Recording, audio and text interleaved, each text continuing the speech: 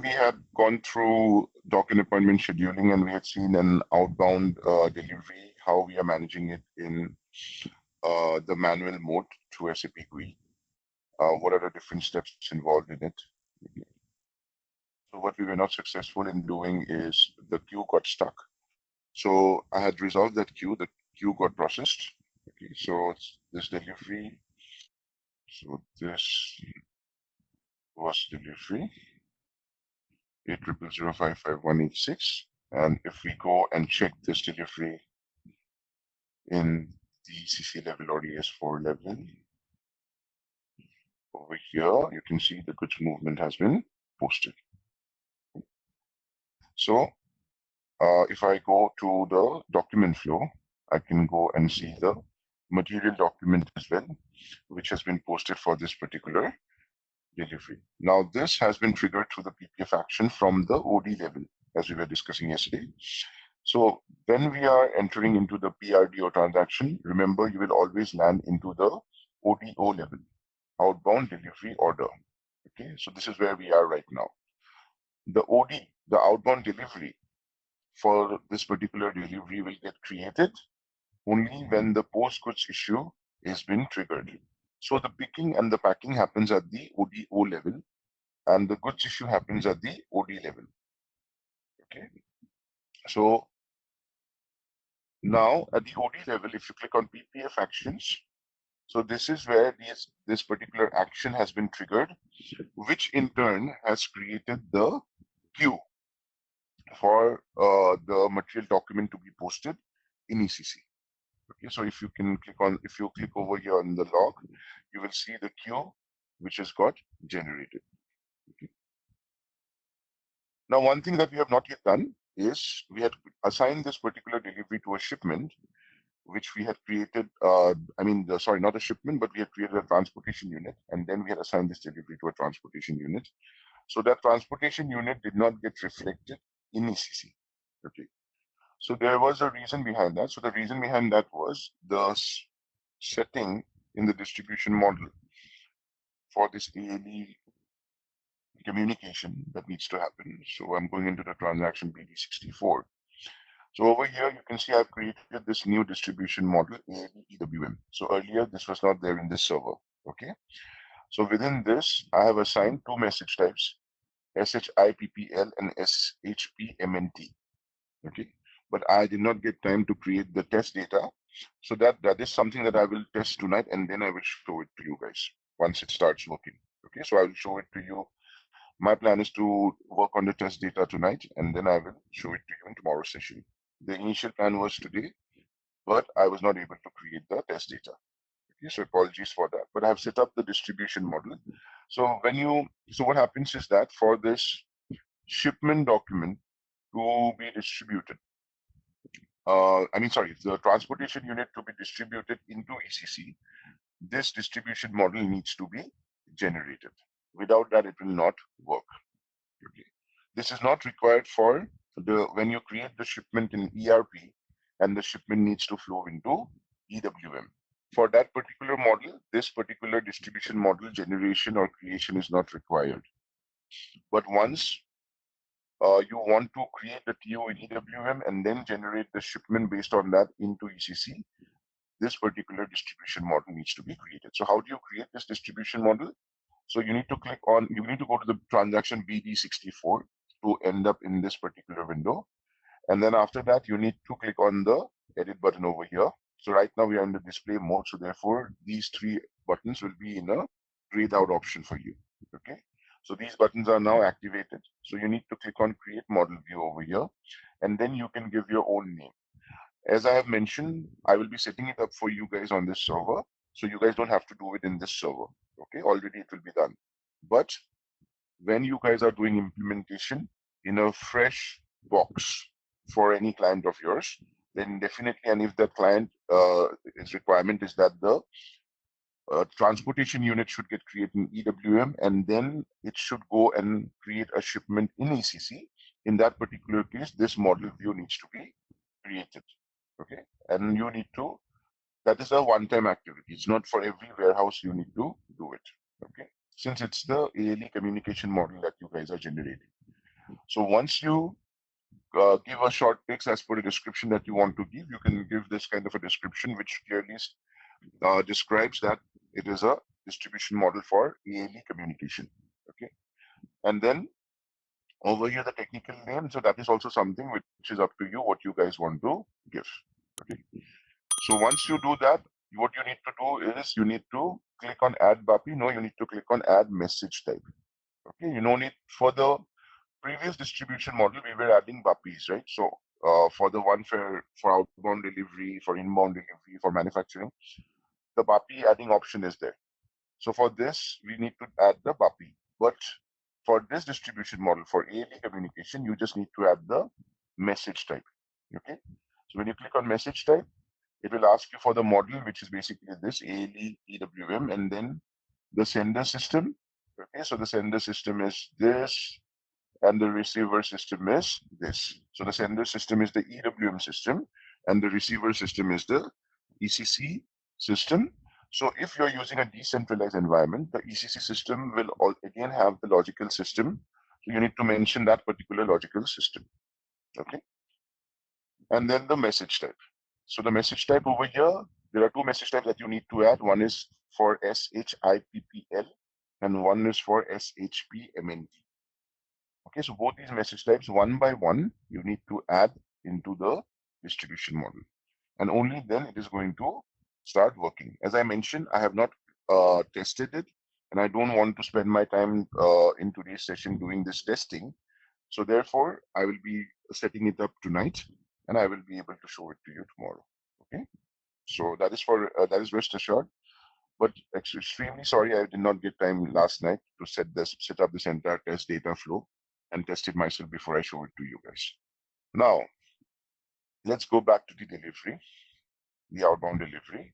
Okay, so the outbound delivery, I will show you some basic things right now. So now we have just done a vanilla scenario where we have picked up the materials and we have done the goods issue, and the goods issue has been posted into ECC. At this stage, is it possible to do the reversal of the goods issue? In case of outbound delivery, the answer is yes. So after you do the goods issue, in case of outbound delivery, the final step is the goods issue. In case of inbound delivery, the first step is the goods received. So for outbound deliveries, after you've completed everything and you have done goods issue, you have still the option to do the goods issue reversal. Okay. For inbound deliveries, that option does not remain against the delivery. So there is an option for MBST to reverse the material goods movement. Okay, so but that is obsolete now in the S4 environment, the MBST transaction. But if the inbound delivery put away has been completed, if the goods receipt is completed and you want to reverse the goods receipt, that is possible. But if you have done the put away of the inbound delivery and the put away status is completed and you want to do the reversal, EWM system doesn't allow you to do that. Okay, but in case of outbound delivery, even after the final stage of goods issue, you can still do the goods issue reversal. So if you see, the goods issue reversal option will be available at the OT level. It will not be available at the ODO level. Remember that. Now this is something which we need to remember, because when we do reversals, there is a particular thing that needs to be, the particular flow through which the reversal needs to be done in order for you to be able to manage the reversal of the outbound delivery in EWM. And when I am talking about reversal, it's just not goods issue reversal, it's also your picking reversal. Okay. So now the first thing, if suppose the operator understands, oh, this is a wrong pallet that has been goods issued and loaded onto the truck. So now I want to reverse everything, connect the right handling unit, and then I want to send the items to the customer. Okay, so that you can realize that definitely these kind of mistakes can happen, right? So what we need to do first, we need to go into the outbound delivery part. Okay, so you need to click on the outbound delivery again. You will go inside, and then over here you will see against the goods issue button, you have got this extra drop down for reversing the goods issue. Okay, so let's see whether the system allows us to do this or not.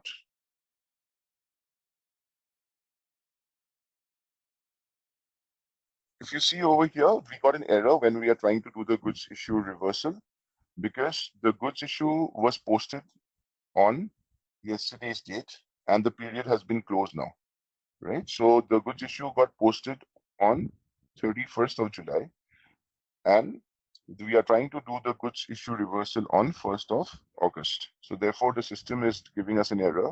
If you see over here, when I try to do the goods issue reversal, posting only possible in periods 2024-07 and this, okay? So now there is an option where I can set up a backdated posting period in the user parameter, okay? So if you go over here, okay, so over here, there is a parameter that I can set for delivery posting date. And then I can set up the parameter value as yesterday's date.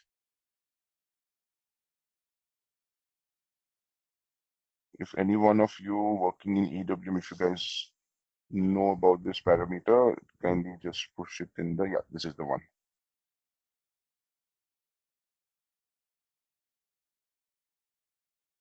Let's see, hopefully this works. Let me just do a double check. Okay, it's there. Otherwise, what we'll do a good issue of a fresh delivery in today's it, and then I'll show you the reversal.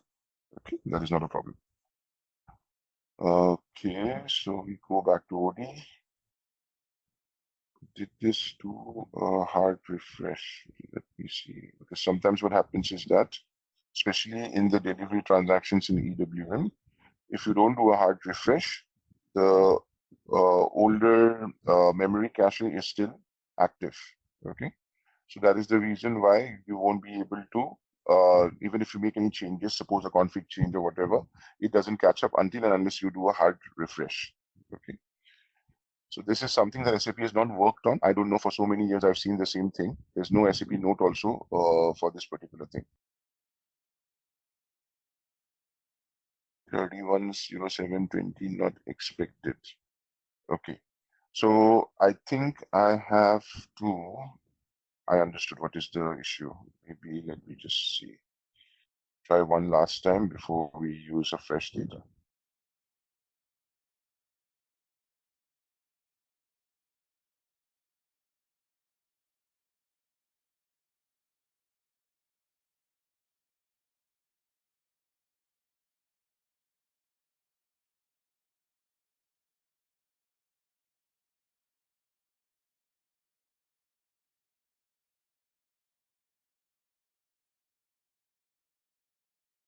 Okay. So basically now this has been, we need to open up the posting period as well. So it has been, the posting period is also locked. So through MMPV and MMRV transactions, we need to get the posting periods opened up. So I won't be wasting time in doing all those things right now. So let's use a fresh test case. Okay, so I don't want to spend my time in doing all these things right now, but I'm sure all of you are experienced consultants. You know how to open up the periods as well. Okay. Now let us see. I'll just run for another because we have created a couple of deliveries. So there should be a delivery which is already there for us to use.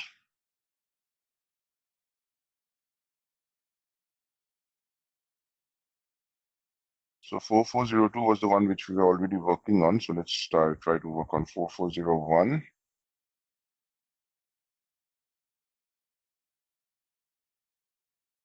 And from here onwards, we go and start the picking process. There is no packed or unpacked items.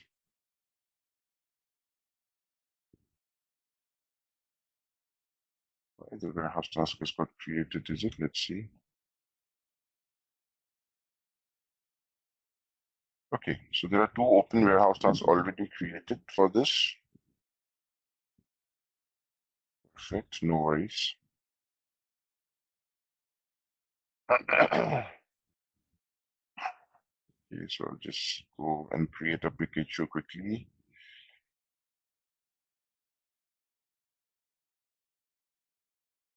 Okay, so Hopefully it has picked up the pick handling unit. Yes, I can do the confirmation of the warehouse task as well.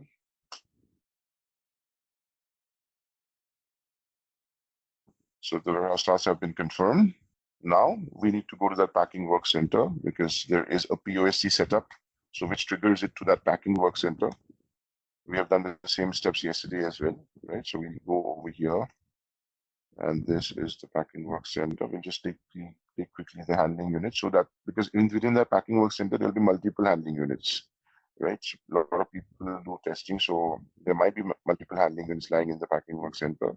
We want to make sure that we have filtered out our values, right? So we just select this and click on complete the process state for the handling unit. So the moment we do that, the next warehouse task would get generated, okay?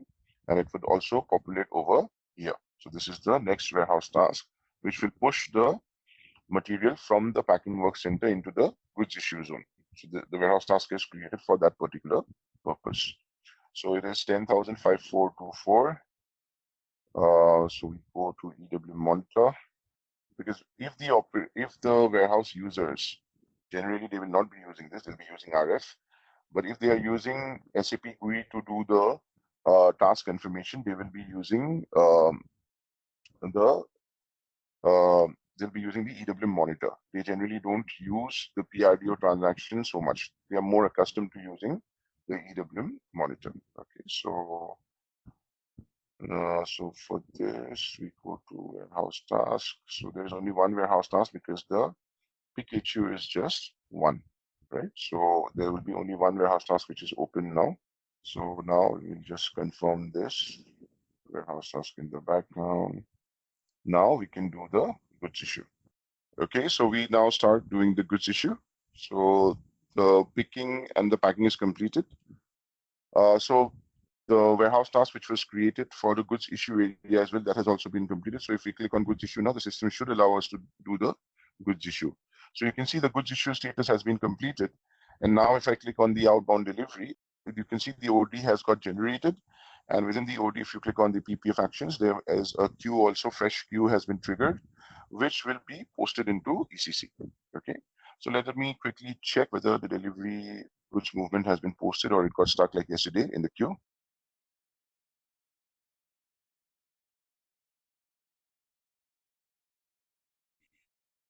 And then VL03N. Okay, so the goods movement has got completed. So the queue was not stuck because of the changes. Show how it was resolved. Let me quickly show you that as well. So I went into SCC4. Again, this is something, this transaction will not be available to us for us to do any changes. So the currency which is mapped against the client, so the system was checking that. So the currency which was mapped in against the client was not USD, it was Euro. So I've changed this. So the client 100, you see, the currency has been changed to USD. So it was Euro, that's why it got stuck in the queue. Okay, so the moment I changed it to USD and I re-executed it, the queue got cleared.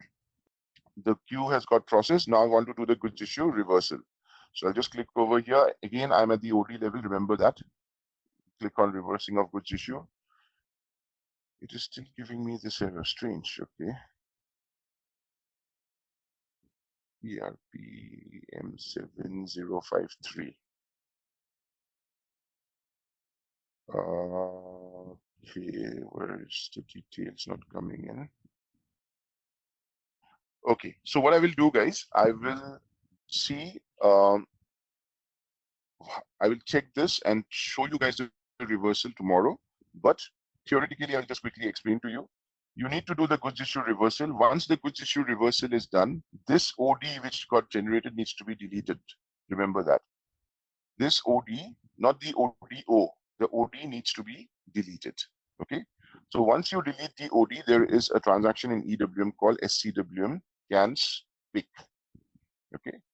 So you need to go over here, and then from here onwards, if you push in the EWM document number, so which is 4401,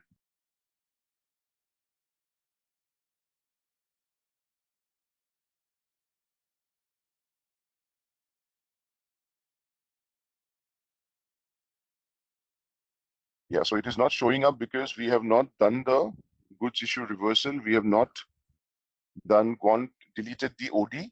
So once we have gone to that stage, the delivery will come back into just the picking status, and then the CANSPIC transaction will pick up the delivery. So this is a new feature that has come in from the S4 HANA latest version perspective. But earlier, if you want to do the CANSPIC, you can still see the document over there, even if the goods issue has been done.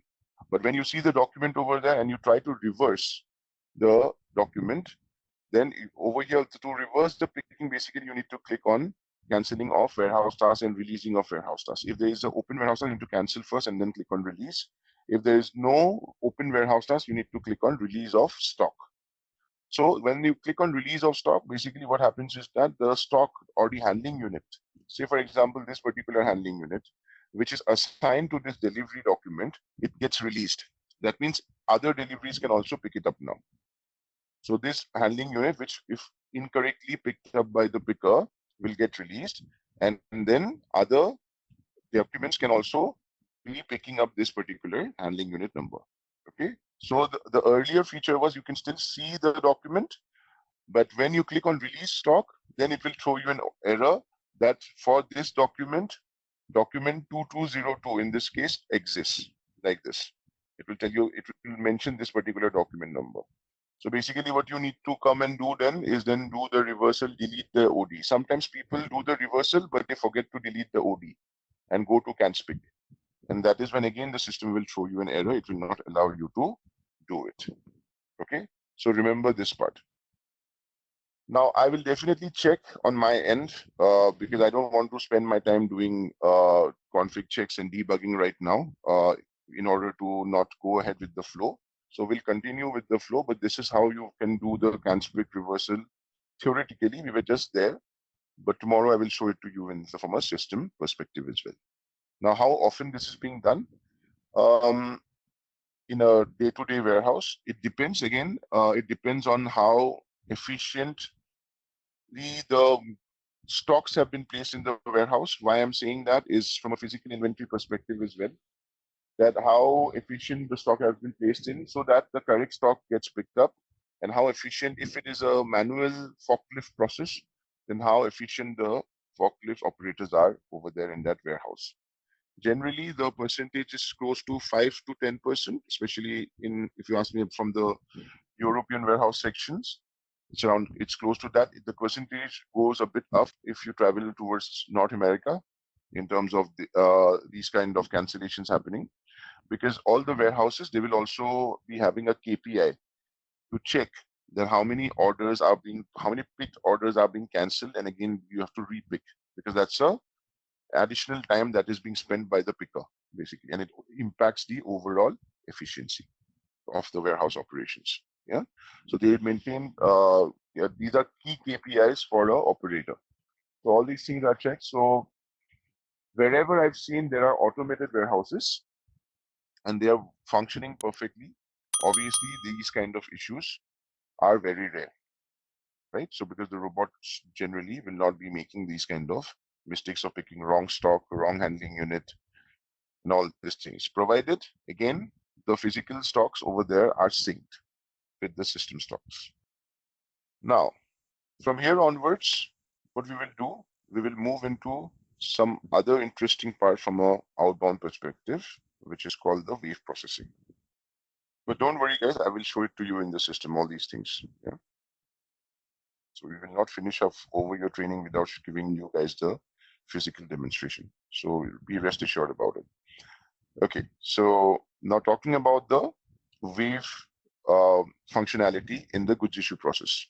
So what exactly is a wave? So sometimes what happens is that in certain warehouses where the volume is too high, so you want to plan as much as possible from a physical operations perspective. Okay, so since the turnaround time is too quick and you need to deliver to the customers, the demand is very high, the order numbers are very high. So what happens is that when it comes to planning, you need to plan both your inbound operation as well as outbound operations. So wave management is used in outbound operations. Okay. Now what happens is that we will be planning in advance. We'll be not only planning, we'll be also executing in advance the picks that need to be dispatched for the next day or in the next 48 hours. Okay, so it is customizable the way how you want to set it, but it is necessary that we are maintaining the timings and all those things. Okay, so the wave management comprises of two things. So one is your configuration part where you define the wave templates, define the determination of the wave templates, sorry, and then you maintain the wave template in the master data from a master data perspective. Okay. So go inside the configuration, you need to go into the goods issue process, and within the goods issue process, you need to go into wave management. So wave management is also not only being used for, for advanced picks, it is also being used, say for example, in cases where you want to combine orders for a specific route. You want to combine orders for a particular consolidation group. You want to combine orders for a particular kind of customers with particular key characteristics. Okay, so in one of my clients, there was a requirement where we had to create a specific wave for hospital orders, specific wave for pharmacy retailers. So like that. So those were the kind of options. Again, and there can be different sets like that. Some of them are just purely from an advanced picking perspective as well. So all those things are there. So if you go inside this configuration, you would see within wave management, you've got two sets of configuration. One comprises of your general settings, and then comes your wave template determination. Okay. So we'll go inside the general settings first. So now in the general settings part, we have this option of setting up two-step picking. Now this two-step picking process is something which is not compulsory when it comes to wave management. Remember that. Okay. When it comes to wave management, this two-step picking process is not mandatory. So what exactly is this two-step picking process? So I'm sure this particular approach is there in WM as well. So we've got a lot of people who've got WM experience. Can someone just give me a quick example of a two-step picking process in WM? Generally, what happens now? Let me just give you one more example. Where do we require two-step picking? Okay, but then again, now with EWM, you have got so much of flexibility of process-oriented storage control, layout-oriented storage control. So even if you don't use two-step picking, you can still do the configurations and work it out for the warehouse. It's not, that's why it's not compulsory. But yes, the system does still give you a flexibility. Now, when it comes to two-step picking, if you look into the physical scenario, so there are certain warehouses. And now, if you go to countries where the spaces are lesser, okay, say for example, if you see the warehouses in Singapore, where the overall space is less within the country itself. So if you see their warehouses, those are all vertically tall warehouses. When I say vertically tall warehouses, that means a warehouse will comprise of multiple floors. Okay, because they don't have space to expand horizontally, so they expand vertically. So it will be very, very tall warehouses, multiple companies sharing, like one company will be taking 2 floors, another company will be taking 2 floors. So the operations work like that. Okay. So if you go in those kind of warehouses, since there are multiple floors involved, so one company say has got 3 floors. Okay. And the item is stacked on the 3rd floor or the middle floor, and your goods issue area is in the ground floor. So in that kind of processes, you will be able to assign the two-step picking process. There will be one warehouse task generated for the picking process, okay, from the higher floor, and then it will be from the higher floor, it will be stored somewhere from where the picker will come, another picker will come and pick it up and push it to the goods issue area. So one guy will just be doing this from higher floor to this, the interim staging area, higher floor interim staging area. So this is the only work that the person will be performing. and the other person will be picking it up from interim staging area to the goods issue area, interim staging area to goods issue area. So that is how the operations are going to work. So this is where is an example of a two-step picking process. Now, if you ask me, can I substitute this with layout-oriented storage control? The answer is yes, you can do that. Because layout-oriented storage control also gives you the same options.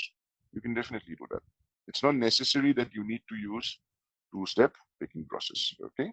So over here, you can see for the warehouse, it has not been activated because this is being activated at a warehouse number level, but you can also define the warehouse process type for which the two-step picking process is going to be used. Okay, so if you want to use a two-step picking, say for example, what I would encourage you to do is you can maintain it for this warehouse, no problem at all.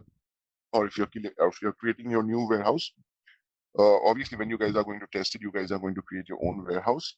You can select this two-step picking procedure, okay, and then you can also activate the warehouse process type over here. Okay. Now over here there is one more option which says for product dependency in the two-step procedure. Okay. So what it means is that if you select this checkbox, the product itself decides which for which particular item it is going to work. So now how do you control this? So there is a particular field in the material master where you can define it for the two-step picking process. So what has been mentioned right now over there in the documentation from SAP perspective is that it is available in the WM view, right? So the WM views from EWM perspective are generally so these are the two views which are generally being used from WM perspective. So over here, I don't see any two-step picking process that can be maintained over here because these are the EWM relevant tabs in in the material master that we need to maintain from a WM perspective, right? So where we are maintaining the storage condition type, we are maintaining the material group and all those things. The standard HU type, and over here from a packaging perspective also we are maintaining the handling unit type and all those things. But this is a packaging material again. Just give me a second.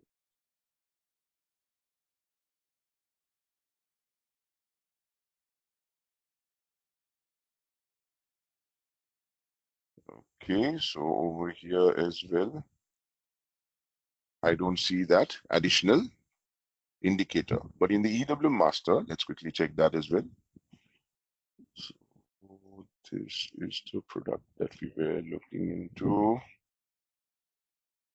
Okay, so warehouse data.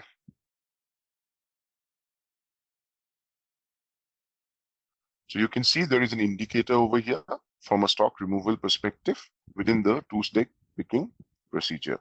So if you want the product to determine whether the two-step picking procedure is required or not for this particular product, you can maintain this particular two-step, the number 2, which is the two-step picking procedure. Blank means it's not relevant, obviously. So if you just maintain this in the product master, the system will be triggering the two-step picking procedure for that, provided all the other relevant configuration is also maintained. Okay. Now over here, you can also define a specific warehouse process type for which you want to maintain the two-step picking procedure. Okay. So that is also very important.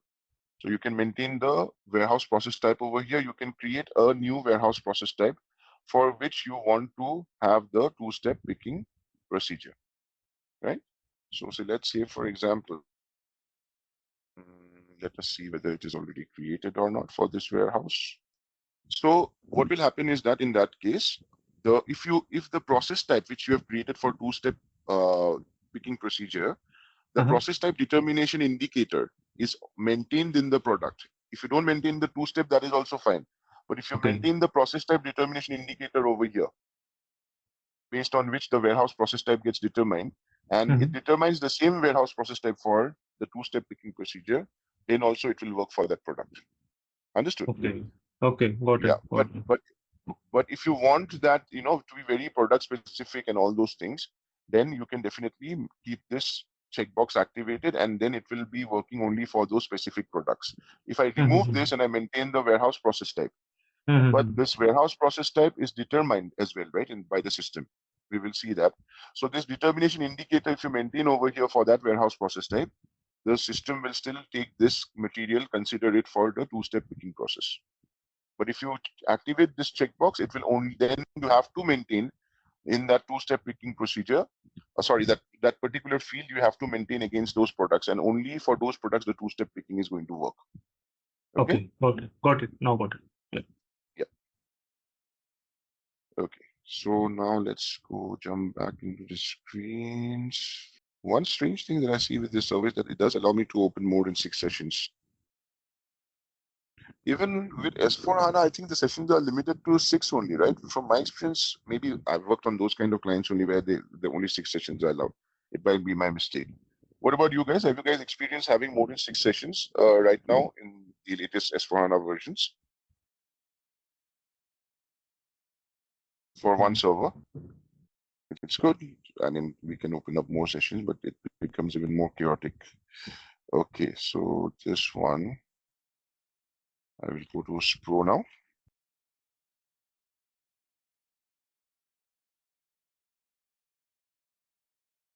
Okay, so now over here, let me go to cross-process settings.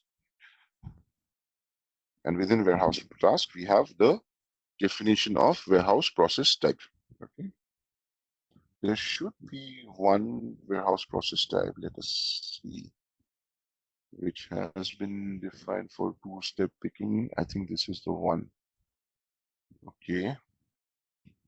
Yeah, so this is the one for withdrawal in two-step picking. Okay.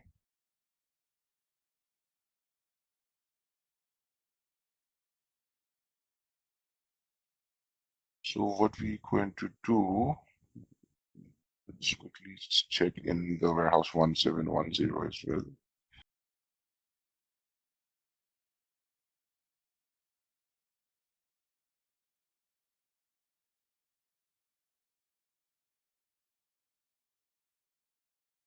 Okay, so let me do one thing. Let me just quickly create. So what we're going to do is we are going to create a warehouse process type for the warehouse. Okay, so we will just simply take, let's say, for example, this one as an entry, copy entry. And because it's a two-step, so we need to make sure that we provide the destination storage type within the warehouse process type. So you can see over here, for the control for put away and stock removal, there is this destination storage type and the destination bin that is being provided. Okay. So for us, we need to understand that we need to create a couple of storage types. So maybe one storage type, which is the which is created from a staging area, the initial staging area perspective, and from the staging area, then again, it will be sent to the goods disposal. Okay, so that is how we need to do the definition. Okay, so over here, the first thing is that what I will do, I will just change this. Okay, so this is for warehouse number 1710. Okay, so the warehouse process type, let's say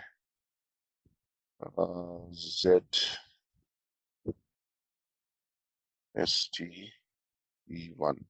Okay.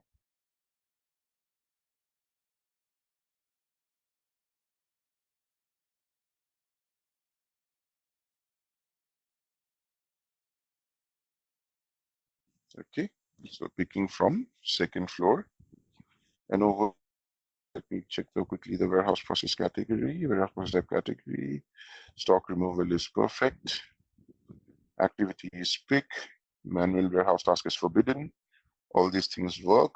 The only thing that doesn't work for us is the destination storage type. So let me quickly check whether this destination, if it does exist, well and good for us.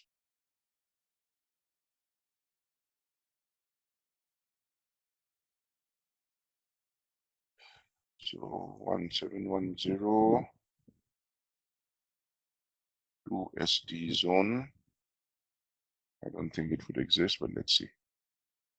Yeah, it doesn't exist, right? So what we can do is, what about the storage type? Let's see that. 2010. It doesn't exist as well. So what we can do is either we create a bin within an existing storage type, or we create a completely new storage type for this as well. Okay. So what I will rather do is the destination storage type. I will just push in use an existing storage type, which I can use as a staging area.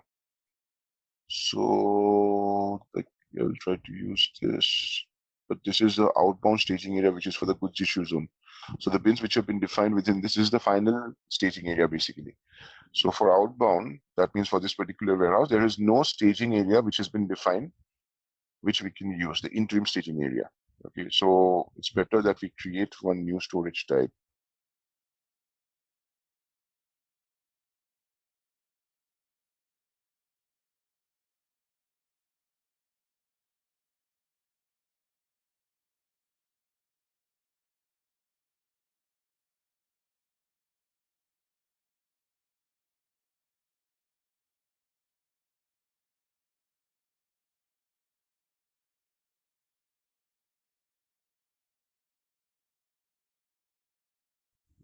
Storage type has been created. I've just copied it from 000121010 area. So we've got a new storage type for the warehouse 1710, which is for the interim zone defined for two-step picking.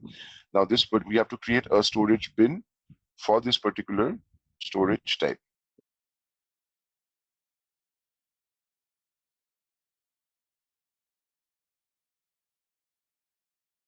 It's okay. So let me quickly check if there is if there are standard sections that are being used. Okay, so just a standard section is there. Now over here as well, say for example, within the interim area as well, you've got A, B, C areas, say for example. So you can define them as sections as well. Okay, and within those particular sections, let's say for example, in what kind of a scenario it can happen. So suppose you've got a rack over here, okay, which is on the second floor. Okay, and then the interim area is this particular area. And over here, you'll be the first warehouse task will be to pick the item from here, and it will be over here. So you can see there are 1, 2, 3, 4 different sections over here, A, B, C, D, say for example. So where exactly it is being placed, and you will be marking within section A, you'll be marking the bins like that. You'll be using the bins which are defined under section A will be the ones over here, say for example, then the ones over B like this.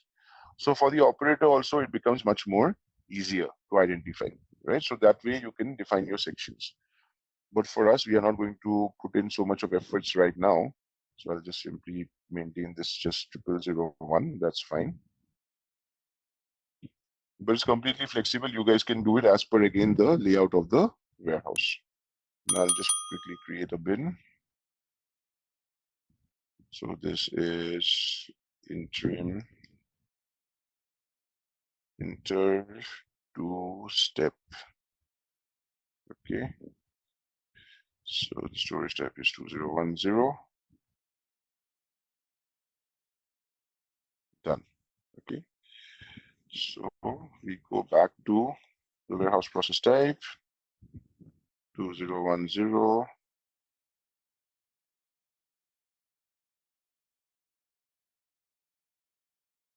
So we've got this new warehouse process type ZSTE, which will be the one which is going to be used for the initial pick, right? Now this particular also movement, the next movement needs to be triggered from the pick to the final goods issue area, right? So for that also we can define a new warehouse process type.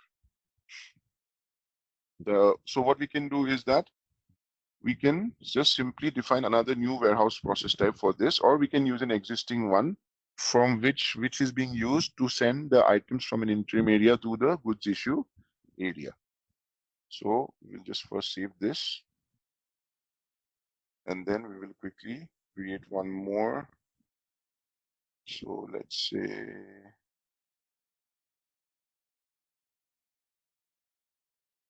can I use any one of these? Let's see. Yes. I'll just name it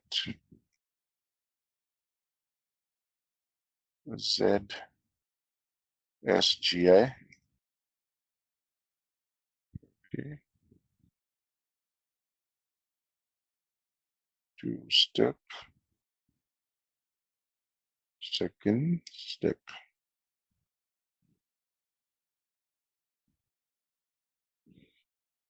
Okay. The most important thing I did not do.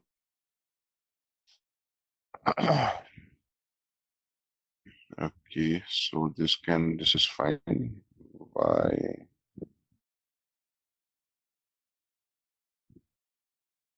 And done. Okay. So we have defined the two warehouse process types, which will be used for our two-step picking process. So the next step that we need to do, now this is when the warehouse process type is being determined. Okay, so at the outbound delivery level, when you're determining the warehouse process type, so you can maintain for that respective, you can define a respective control indicator for this particular warehouse process type and do the mapping accordingly, right? So to do this, what we can do is we can just go back, and now we can define the control indicators for determining the warehouse process type, right? So we will go inside this one. So you can see these are the existing ones. So what we will maintain a new one for 1710.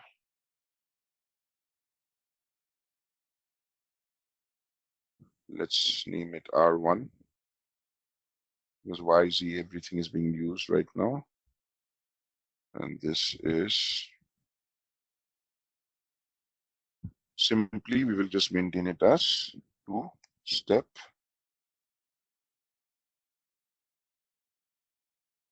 So once you're done with that, we have to maintain the determination part. So we go back. Now we click on determine warehouse process type. So over here, what we will do, we will maintain the warehouse process type for the final determination. The new Z1 that we have created for the final step. Okay. So what we will do is we will simply click on warehouse. Wait a second. I want to use one which is standard. So from outbound perspective, OUTB is something that I can use. Yes, so I can use this one.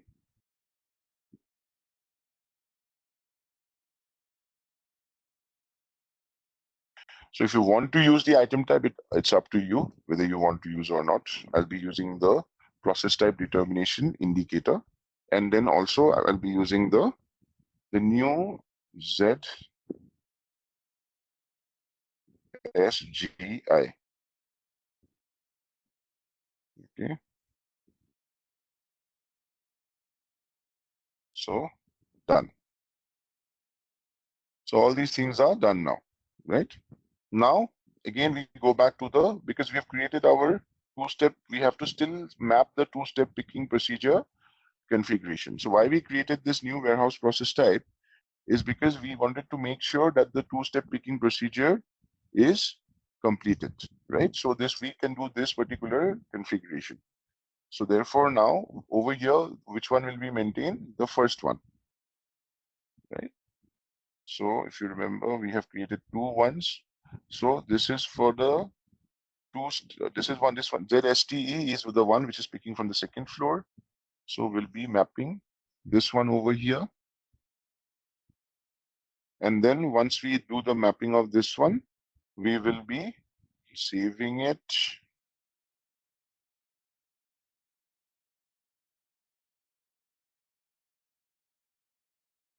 Now the option, if you see over here, so over here, within the optimization, you can either select only optimize two-step products.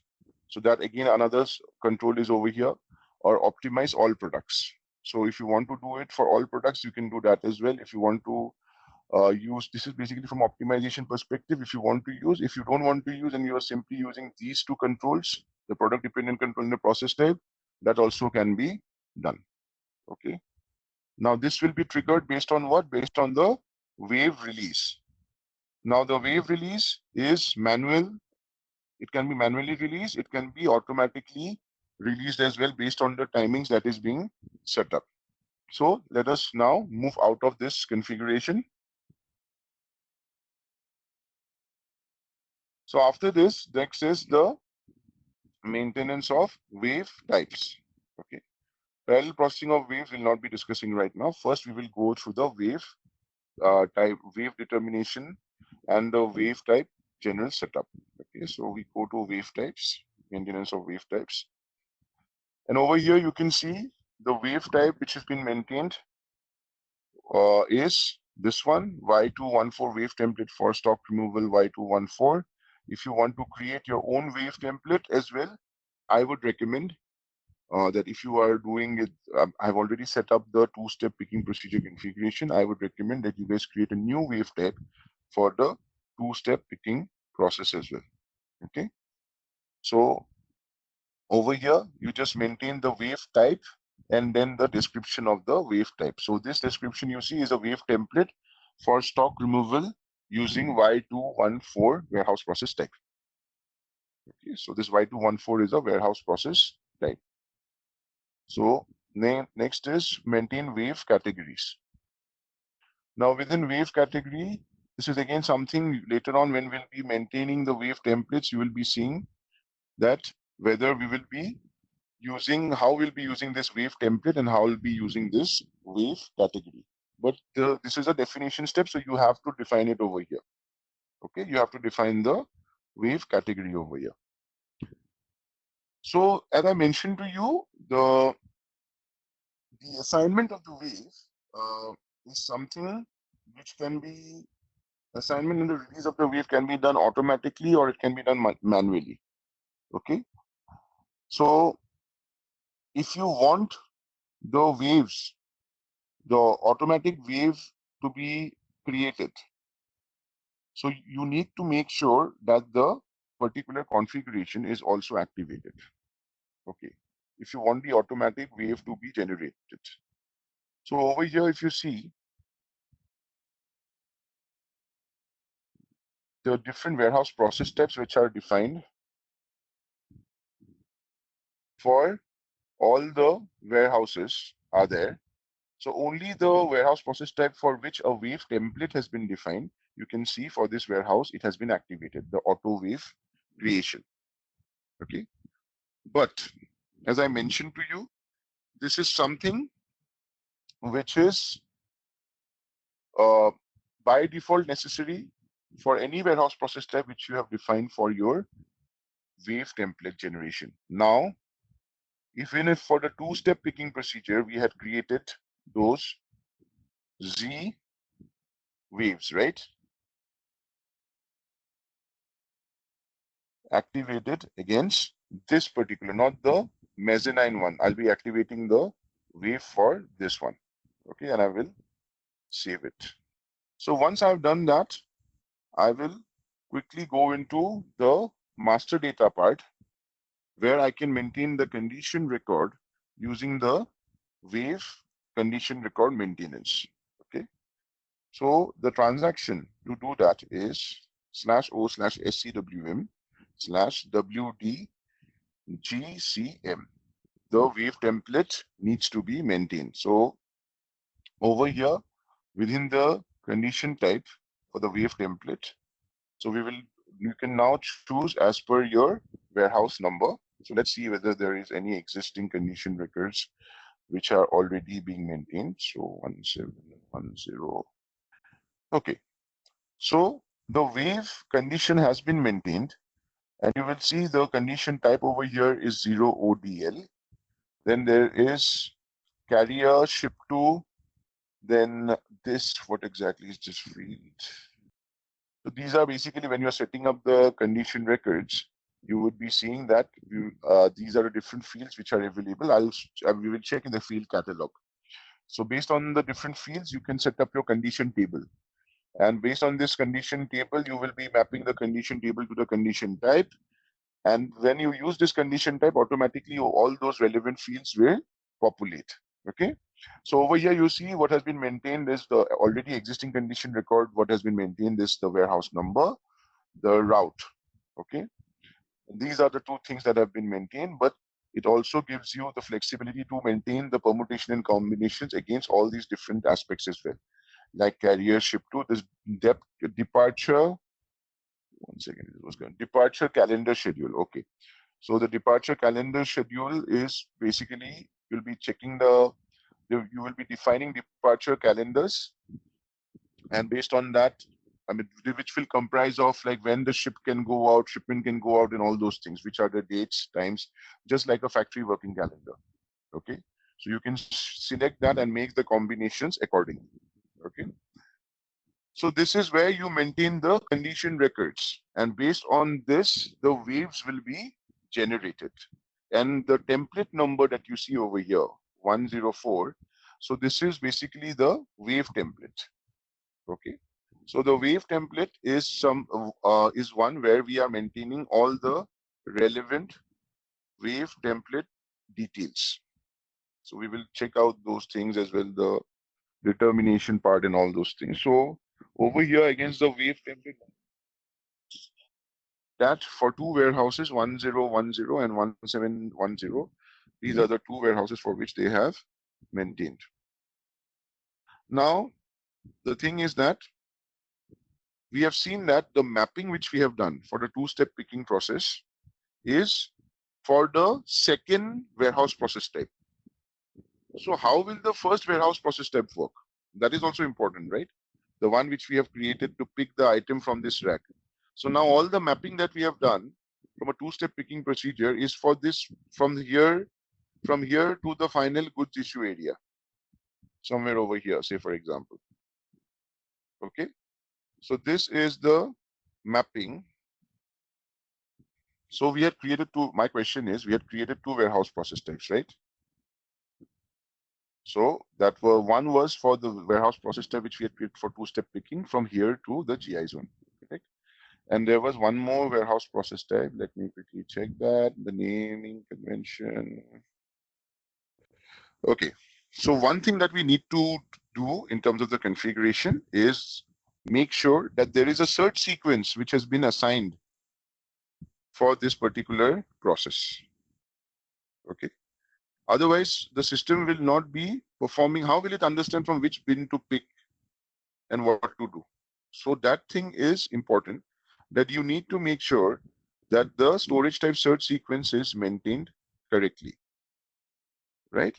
So for that, what we need to do, so we had created this warehouse process type ZST, right? And we have also created a storage type for the second floor. Great. So let us quickly check that. So this is our warehouse process type ZST for the picking from the second floor, but we have also created a storage type for that. Okay, so this is our storage type 2010. So we need to make sure that there is a search sequence which is being assigned for this particular storage type. Okay, so what we will do is we will now maintain a storage type search sequence for this. Go to SAP reference IMG, SCM Extended Warehouse Management, and then we will click on goods issue process, strategies, sorry.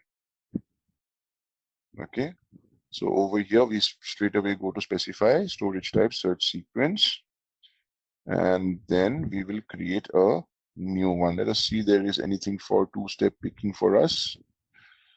There is nothing for two-step picking, sadly. Okay, so no problem. We will create a new one. So we will go and create a new one. Warehouse is 1710, and the storage type search sequence is two-step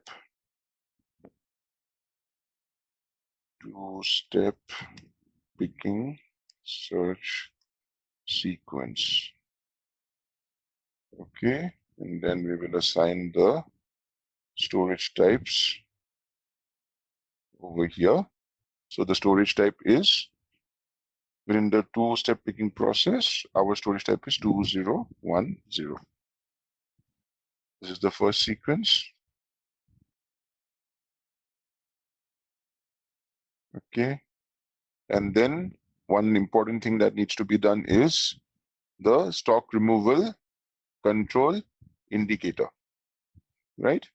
So the stock removal control indicator is what we will maintain next.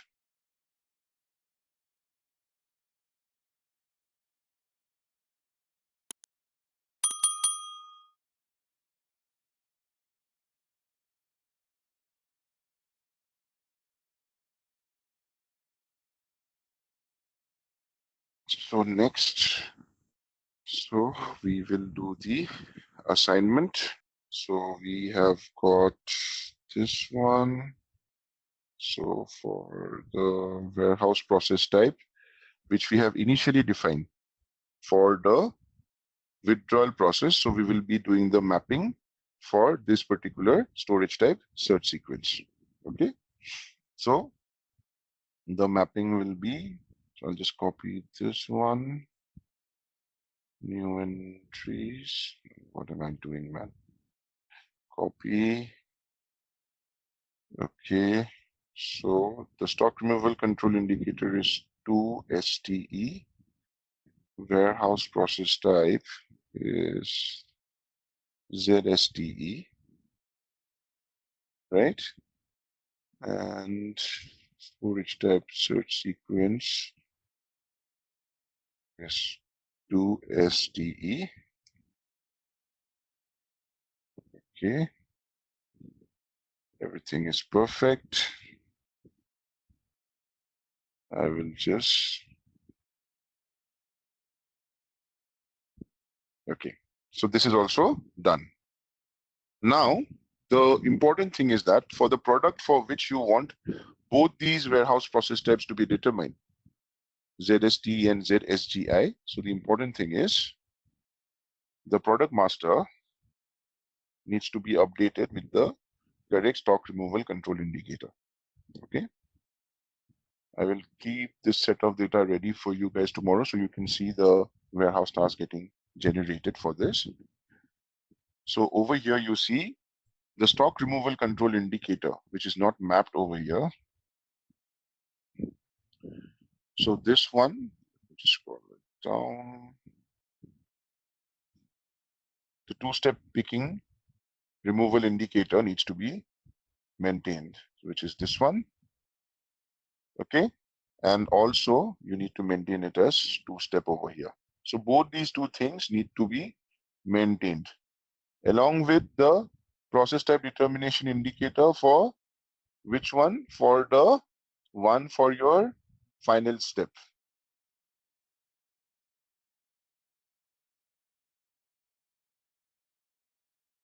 So this is the configuration and master data requirement for two-step picking. Okay. I will show you guys a live example tomorrow. I'll create a data, it will generate a wave, and then it will create two warehouse tasks for your two-step picking as well. Okay. Now coming to your other part. Let me just go back to the wave template. Where did Mr. Configuration go?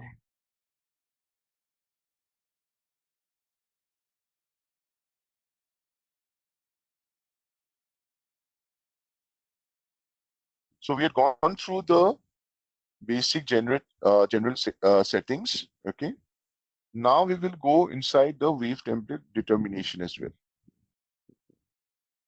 Simulation setup and all we will be going through tomorrow. We will first go try to understand the basic setup, okay? And then we'll go into wave simulation settings and all those things as well. Because waves can be simulated as well.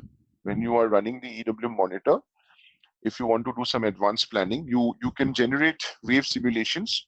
The advantage of running wave simulations is that if there is no stock, there is some error in trying the system trying to create the warehouse. So all those things you will be understanding when you are doing the wave simulation. So that is the advantage of doing wave simulation.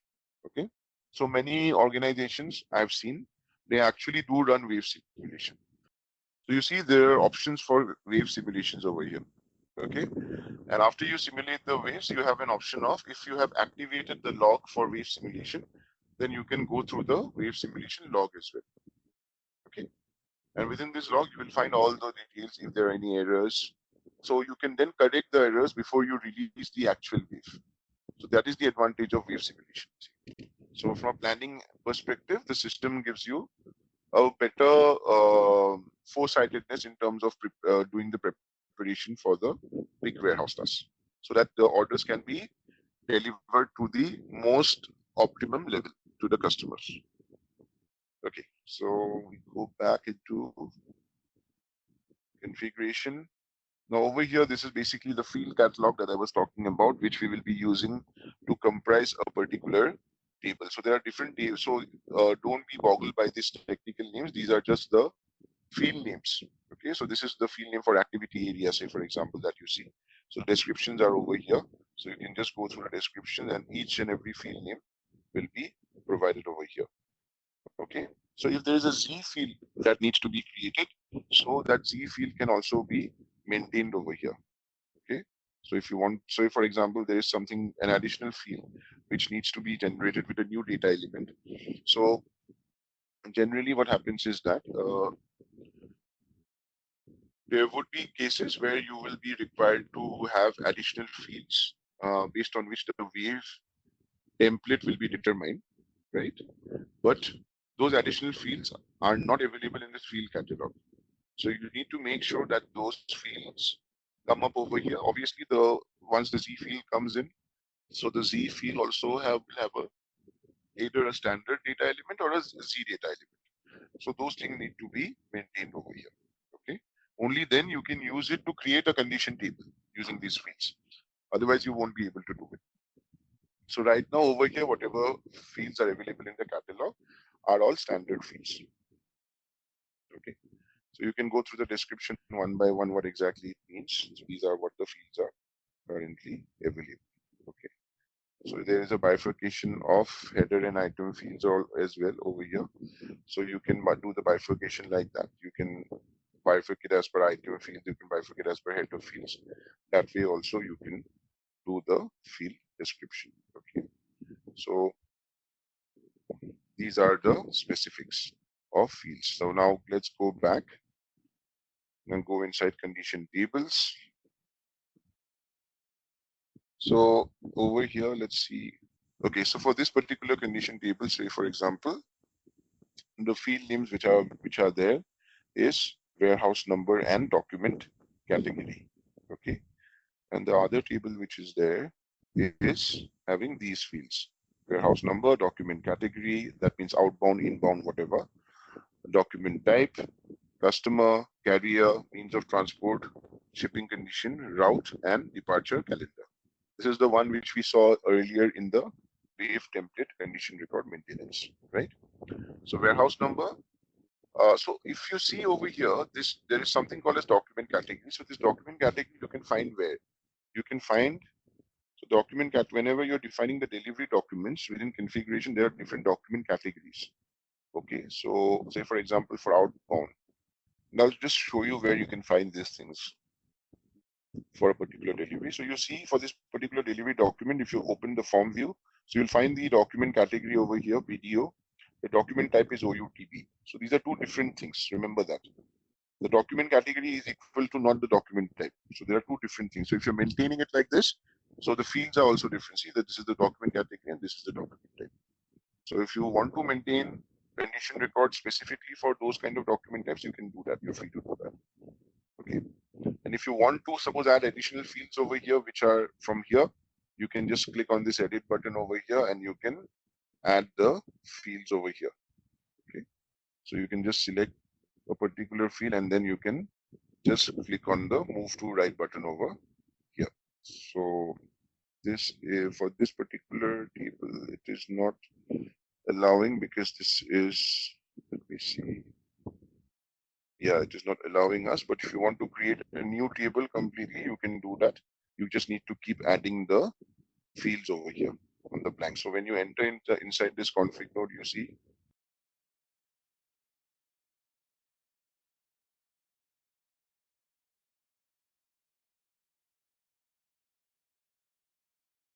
warehouse door. I'm just giving you guys an example. You can put the description and then you can save it. And you can activate the table after that. Okay. So once this is done, you define the access sequence. Now this is, if you see the flow of the configuration, it is nothing but standard condition search sequence that is working over here, SAP standard condition technique that is being used. Okay. So now over here, the access sequence O0DL, let's see what are the different accesses. So these are the two tables which are assigned within this particular access sequence. And within from here, you can also check what are the respective fields which are assigned within that particular table. The same thing that we were checking before. After that, you define the condition types. So 0ODL is where I think we have maintained everything. So this is the condition type. Within this condition type is the access sequence. So over here, you can see in terms of wave template, what has come in is the two-step picking procedure, wave template 104.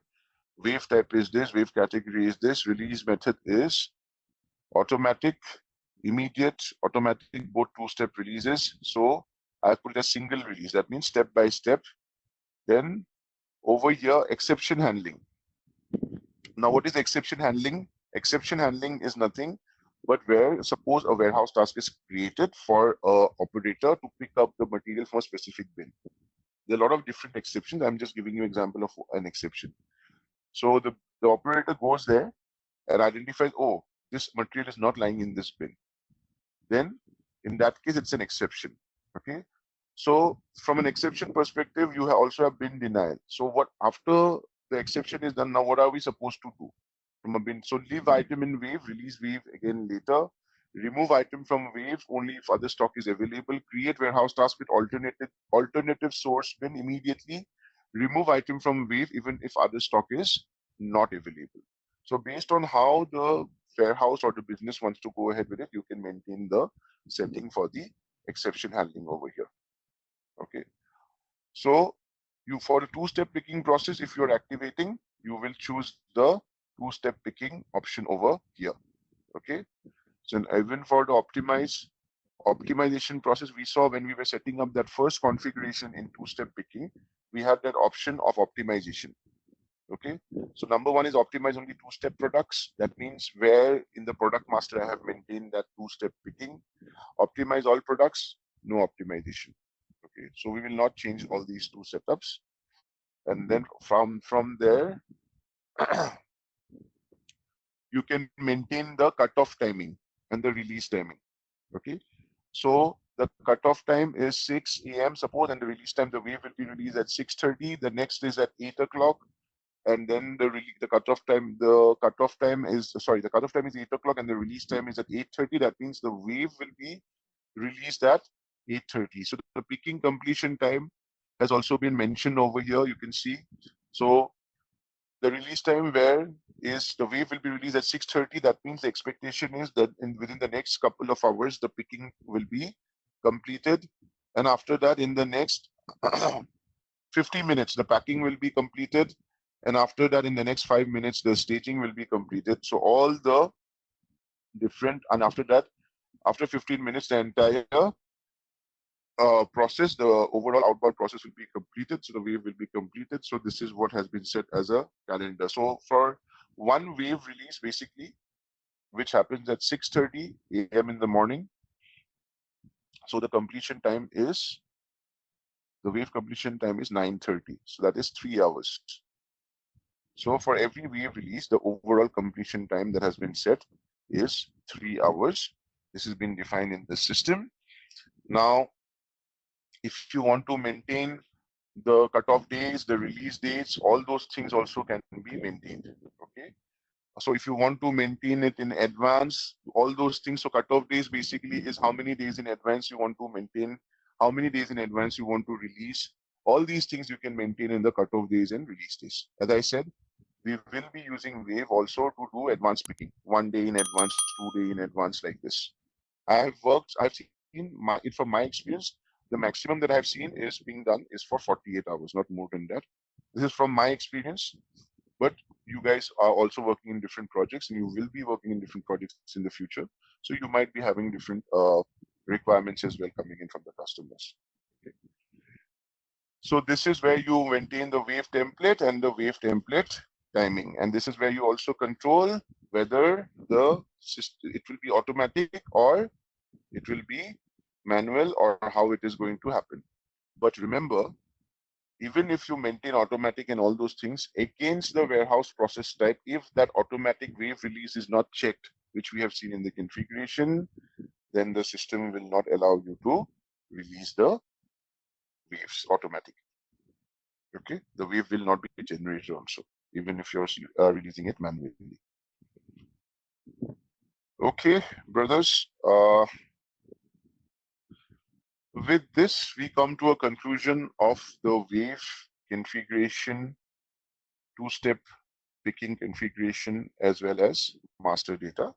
Tomorrow, we will be running a live scenario along with the transportation units.